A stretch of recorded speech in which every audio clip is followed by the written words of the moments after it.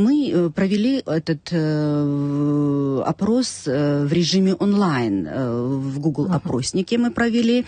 Репрезентативность у нас составила 200 человек. Ну, честно говоря, когда уже опрос заканчивается, ты уже видишь свои ошибки. Естественно, любой опрос нужно закрепить обязательно методом интервью. У нас этого не хватило, потому что у нас и времени не оставалось.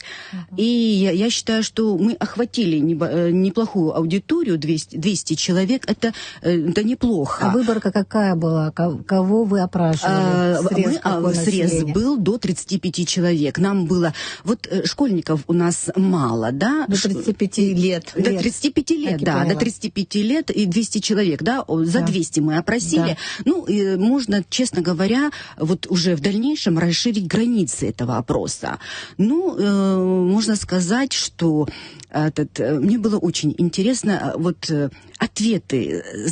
Вот когда анализируешь, обрабатываешь анкеты, вот очень интересные ответы давали ребята, между прочим. Ну, единственное, да, не хватает вот при написании аналитического текста, вот не хватает вот именно метод интервью, потому что метод более интервью подробный. больше дает. Как моя практика показала, этот онлайн-опрос, анкетный опрос, ребята, особенно молодежь, любит приукрашивать действительность. Потому что кто-то не мог знать, кто такой, например, скажем так, Герзмава или Алиса Гинзба. Они могли не знать, а у кого-то спросили, они галочку поставили. Это практика показала, это я знаю.